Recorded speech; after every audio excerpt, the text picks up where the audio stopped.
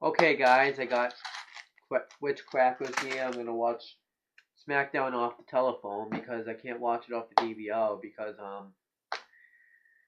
I guess the DVR sometimes my DVR does this weird thing where only record like a minute of the show, so and then cut out the rest of the show. So that seems to be what happened here. Um, so I'm just gonna make little videos of my reviews and then come back and edit it all together in one video. So the first I'm gonna talk about the pre-show first, I guess, and then I'll talk about what happened next.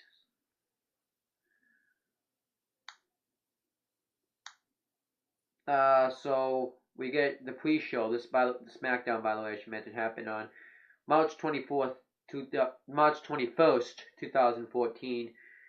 We got Josh Matthews, R-Truth, which I thought got released, but apparently he didn't. Jason Albert and Alex Riley, they just talk about the casual stuff that the panels usually talk about. Darren Young and Cody Rhodes get interviewed, and they talk about the Daniel Bryan situation that had gone down. And they're just shocked that it happened. They're not like mad that it happened. They're just more shocked than anything. So they were talking about that. And then Paul Heyman interviewed. This was after main event, and he says that he's not going to confront Undertaker on Raw. His client Brock Lesnar is. So we find out that Undertaker and Brock Lesnar are both going to be on Raw. And then the Shield are backstage, and then they get interviewed by Tom Phillips.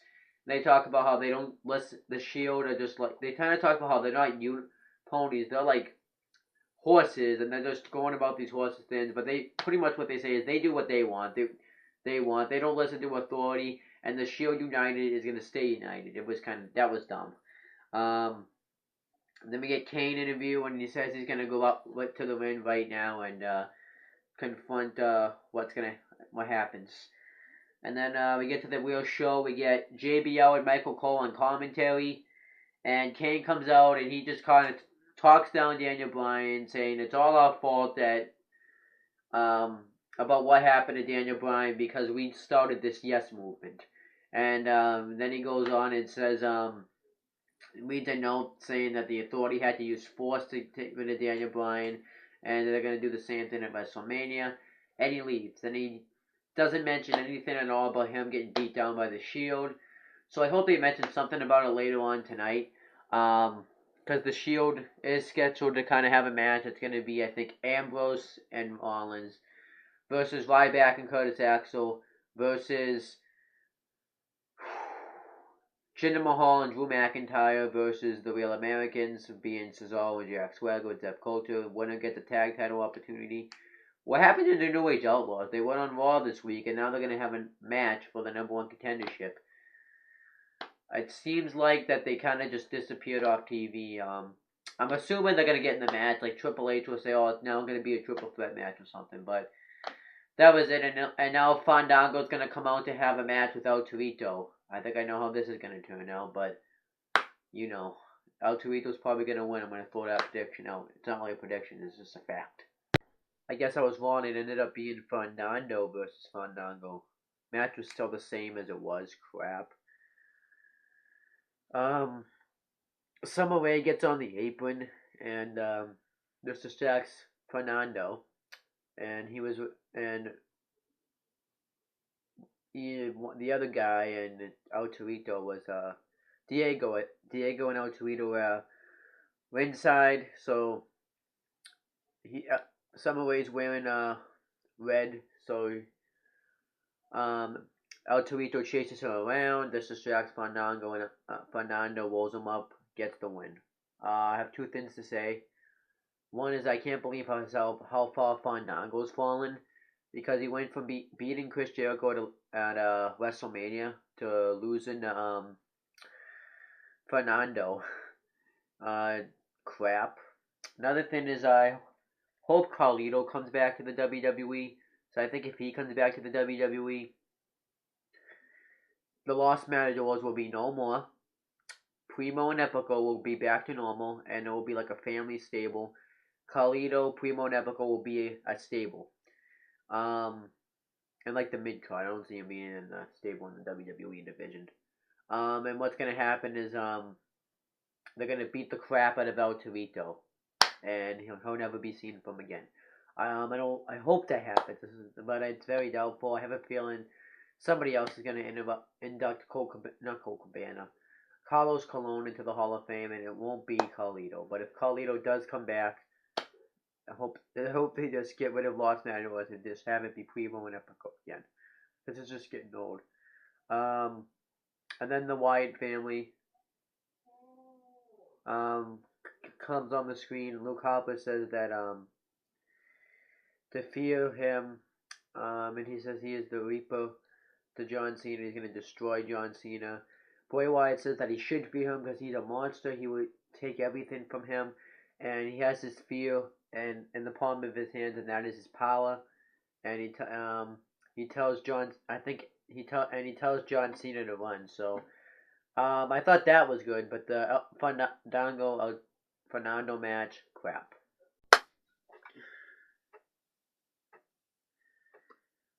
I can't believe what just happened. So we got the Fatal 4-Way Tag Team Championship match with Seth Rollins and Dean Ambrose versus Ryback and Curtis Axel versus Cesaro and Jack Swagger being the Real Americans versus Drew McIntyre and Jinder Mahal. Roman Reigns was in the corner of the Shield's part of the team.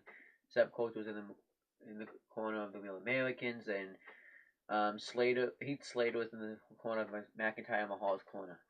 The match was going, I was expecting a little bit better of a match, but it was just kind of I thought the match was okay, but I was expecting the match to be a little bit better. Seth Rollins got the hot tag after Dean Ambrose was being dominated by every member of the team, and he just went on a clinic. I like Seth Rollins. He did a flying blockbuster neck breaker. He flew on the Ryback. Thought it was great. And then Rollins is about to get the win. McIntyre breaks it up, and eventually Roman Reigns had speared Heath Slater, and Kane attacks Roman Reigns. He fights him. They stop brawling, and what ends up happening is the bell wins. I was like, wait, why is it winning? Kane was attacked Roman Reigns. I guess it was winning because I saw the Real Americans were in the win attacking Ambrose Rollins, and I think it was like a DQ because they weren't supposed to be in the match. Yeah. But anyhow, all the teams, the Real Americans and Ryback and Curtis Axel beat down Ambrose and Rollins. And Reigns tries to go save him, but Kane puts a stop to it. Kane and Reigns are brawling on the ramp, on the stage, and eventually the New Age Outlaws, the Road Dogg Jesse James, and the Badass Billy Gunn attack Roman Reigns, and they just stop beating him up. Roman Reigns tries to fight back, but the numbers game is too much, and they boot him and put him down on the floor. Cesaro had laid out Ambrose with a neutralizer, and Ryback lays out Rollins with a shell shocked. And then Kane and the New Age Outlaws get the win, beat the crap out of Rollins and Ambrose.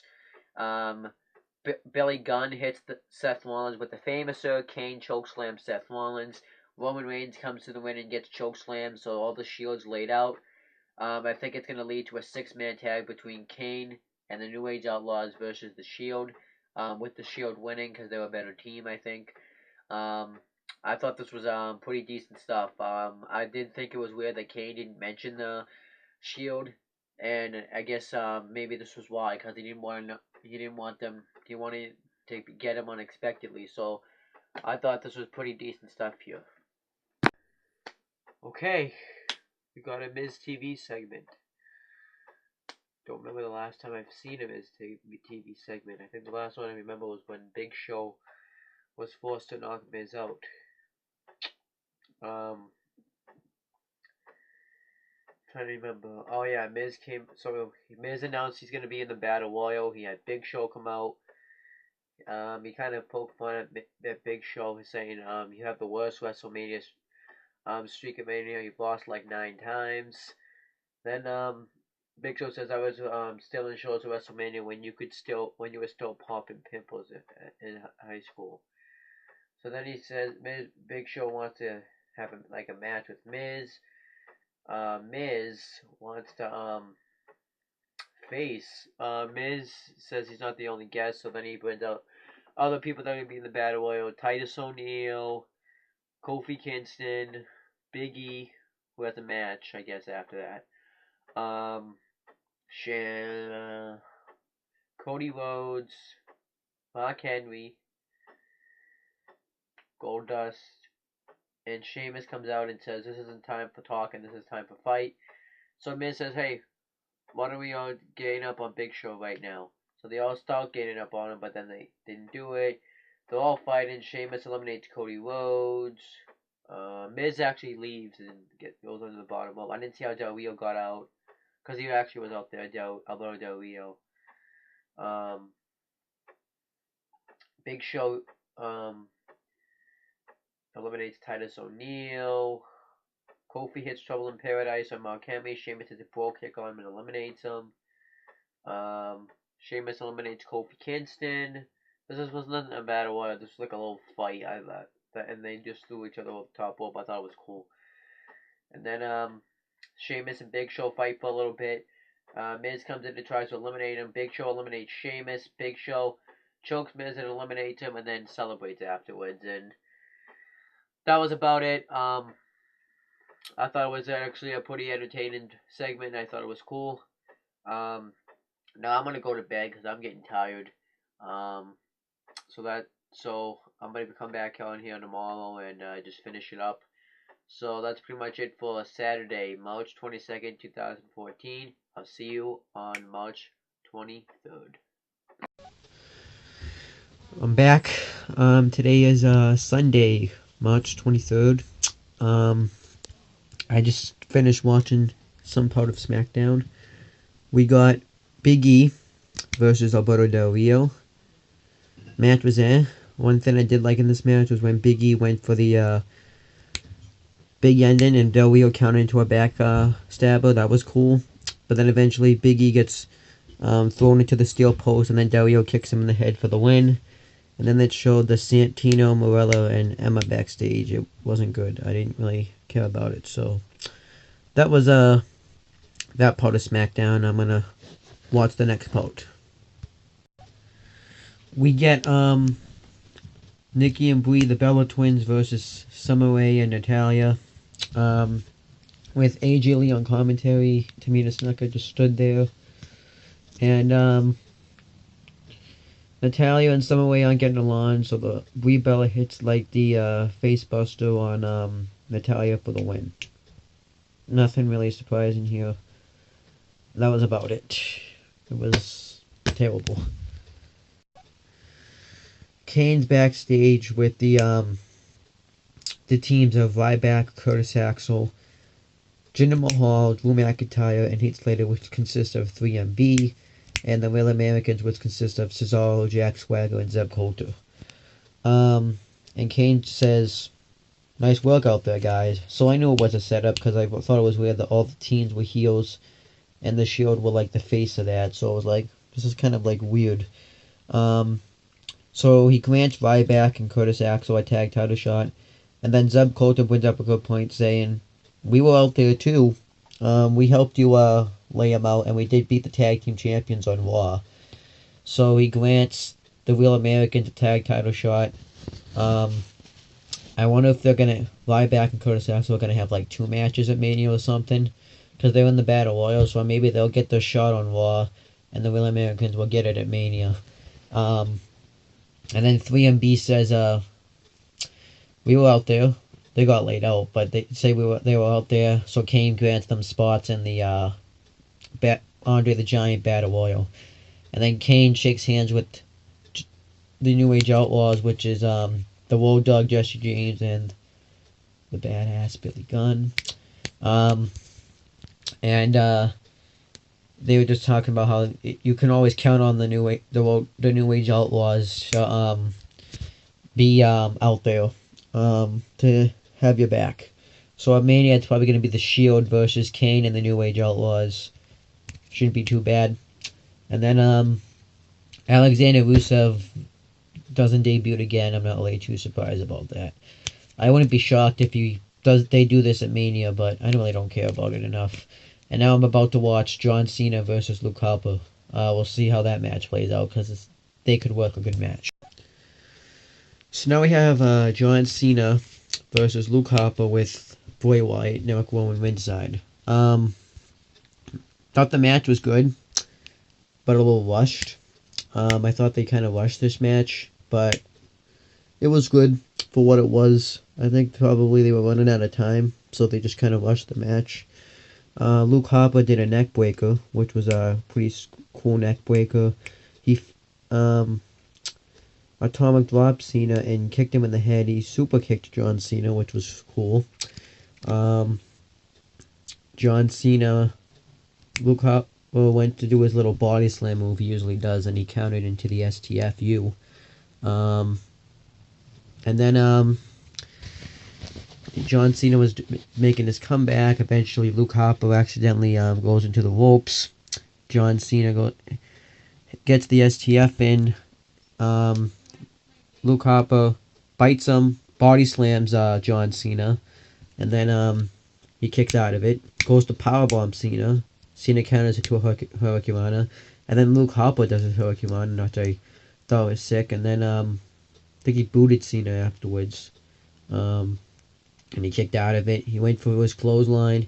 Cena ducked and hit the FU for the win. And then Bray Wyatt, Eric Rowan went to get in the ring to attack him. Cena escaped. And that was the end of SmackDown. So now I'm going to watch the Backstage Pass and then cover that. So I'll see you then. So now we get the Backstage Pass of SmackDown, and it was boring. Didn't really care about it. We still got Josh Matthews, R-Truth, Jason Albert, and Alex Riley on the panel. Then they talk about the stuff. John Cena got interviewed, and he talked about his match with Bray Wyatt. How if you don't face your fears, you're a coward. That kind of stuff. Natalia and Summer Rae argued after the tag team match. They're probably gonna have a match on Raw, which I wouldn't be shocked. The Divas match at WrestleMania, though, I have no clue what that's going to be. If you have to do a Divas match at Mania, put it on the pre-show. I think, because it's just nothing. Trying to think of what else happened.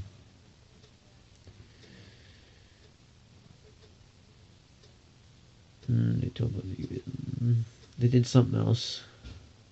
The Shield talked about how they got taken out by Kane, and they're pissed about it, so they got so then they're gonna deal with that on Raw. So on Raw Monday, we're gonna get the Shield dealing with Kane, which should be good. You're gonna get Undertaker, Brock Lesnar, Daniel Bryan will be on Raw, and Arnold Schwarzenegger will be on Raw, which won't really be a good thing.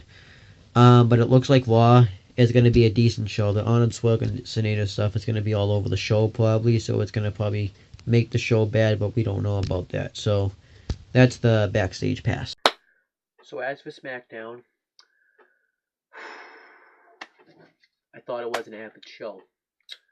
We got a good match out of John Cena, Luke Harper, but it was rushed. I thought they rushed that match because they were probably obviously running out of time. I did like the Fatal 4-Way Tag Team match, but and Kane setting up the Shield, but I thought the actual tag team match would be a little bit better. I was expecting it to be better. Del Rio and Big E was just an average match. They had some good stuff in it though. The Divas match was boring as always. What else do we get? Fandango versus Fernando.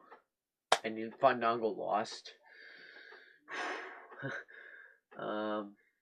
Alexander Rusev just does the same old crap he always does. So SmackDown hasn't really been impressing me lately. I wonder if I should just skip SmackDown and pretty much. I mean, they're probably gonna replay everything on Raw anyway, so I don't know. SmackDown was just an average show. They had some good stuff on it, but it was just all average stuff. So that's my thoughts on SmackDown. And the backstage pass was boring. It seems like the backstage passes of SmackDown is more boring than the pre-show. And I actually did like Miz TV segment that they hyped up the Battle Royal, so I liked that. It was cool, but everything else kind of average stuff. So that's my SmackDown review. I don't really feel like saying it. Just click on all the stuff down below. That's pretty much it, guys. Peace.